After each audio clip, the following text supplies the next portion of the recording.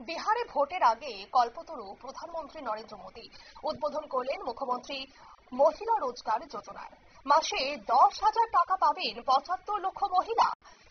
জানা গেছে যে বিহারে প্রধানমন্ত্রী নরেন্দ্র মোদী মহিলা রোজগার যোজনা চালু করেছেন এবং এই প্রকল্পের আওতায় 75 লক্ষ মহিলা মাসে 10,000 টাকার আর্থিক সহায়তা পাবেন। এই নিয়ে বিস্তারিত জানবো।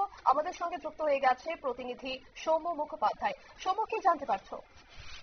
দেখো, এর আগেই ঘোষণা করা হয়েছিল, বিহারের মুখ্যমন্ত্রী নীতিশ কুমার ঘোষণা করেছিলেন যে সেপ্টেম্বর মাস থেকে বিহারের মহিলাদের 10,000 টাকা করে প্রতি মাসে দেওয়া হবে।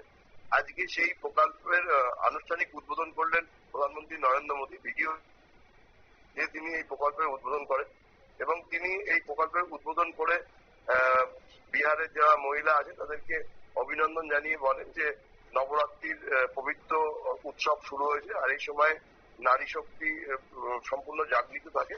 তাদের আশীর্বাদেই আমরা আরো বেশি শক্তিশালী হই। আর সেই জন্য আজকে নারীদের আরো বেশি আর্থিকভাবে স্বাবলম্বী করবার জন্য বিহারের মুখ্যমন্ত্রী মহিলা রোজগার যোজনা চালু করা হয়েছে। এখনো পর্যন্ত এই প্রকল্পে 75 লক্ষ মহিলা নিজেদের নাম নথিভুক্ত করেছেন বলে তিনি উল্লেখ করেন এবং জানান যে আজকেই তাদের প্রত্যেকের অ্যাকাউন্টে 10,000 টাকা করে ঢুকে যাবে। এবং তিনি এই বিষয়ে নারী শক্তির জয়গান গান। পাশাপাশি তিনি বিহারে একসময় যে জঙ্গলরাজ এবং লুটতরাজ চলত সেই বিষয়ে অভিযোগ করেন।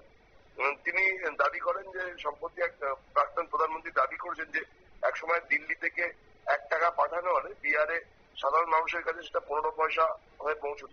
মধ্যিখানে রাজনৈতিক নেতা এবং বিভিন্ন আমলারা এই টাকাটা পুরোপুরি লুট করত। কিন্তু আজকে সেই অন্যায় অবিচার বিহারের মহিলাদের প্রতি হয় না বলেও তিনি দাবি করেন। পাশাপাশি তিনি বলেন যে আজকে নারী শক্তি যুদ্ধ বিমান চালাচ্ছে, তারা সমস্ত দিক থেকেই এগিয়ে গেছে। এই বিষয়ে গত কয়েক বছর ধরে তার সরকার যে নারী শক্তির উন্নয়নে দেশ জুড়ে কাজ করছেন সেটা উল্লেখ করেন। পাশাপাশি তিনি সমালোচনা করেন বিহারে যখন আরজেডি ছিল সেই সময়কার। তিনি বলেন যে একটা সময় ছিল যখন লন্ডনের রাজত্ব চলতো, তখন বিহারের মহিলারা মা বোনেরা কেউ সুরক্ষিত ছিল না, কিন্তু আজকে চারিদিকে নারী সুরক্ষা রয়েছে এবং নীতিশ কুমার গত কয়েক বছর ধরে বিহারের উন্নয়নে যথেষ্ট কাজ করেছে।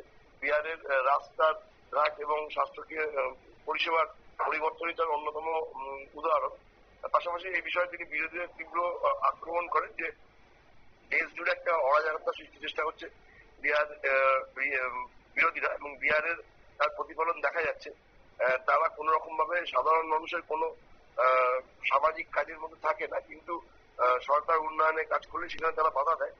যদিও বিরোধীরা নরেন্দ্র মোদীর এই যে আজকে উদ্বোধন, এটা ভোটের আগে প্রলোভন বলেই তারা উল্লেখ করেছেন এবং তাদের দাবি হচ্ছে যে বিহারে যদি নির্বাচন জিতে তারা ক্ষমতায় আসে তাহলে নীতিশ কুমার সরকার যা উন্নয়ন করছে তার থেকে অনেক বেশি উন্নয়ন করবে এবং নরেন্দ্র মোদী এখন যে ধরনের প্রকল্পগুলো চালু করছেন আগামী দিনে যদি সরকার গঠন করতে না পারে তাহলে সেই প্রকল্পগুলো কেন্দ্রের তরফ থেকে সেভাবে সাহায্য করা হবে না বলে বিরোধীরা অভিযোগ করে।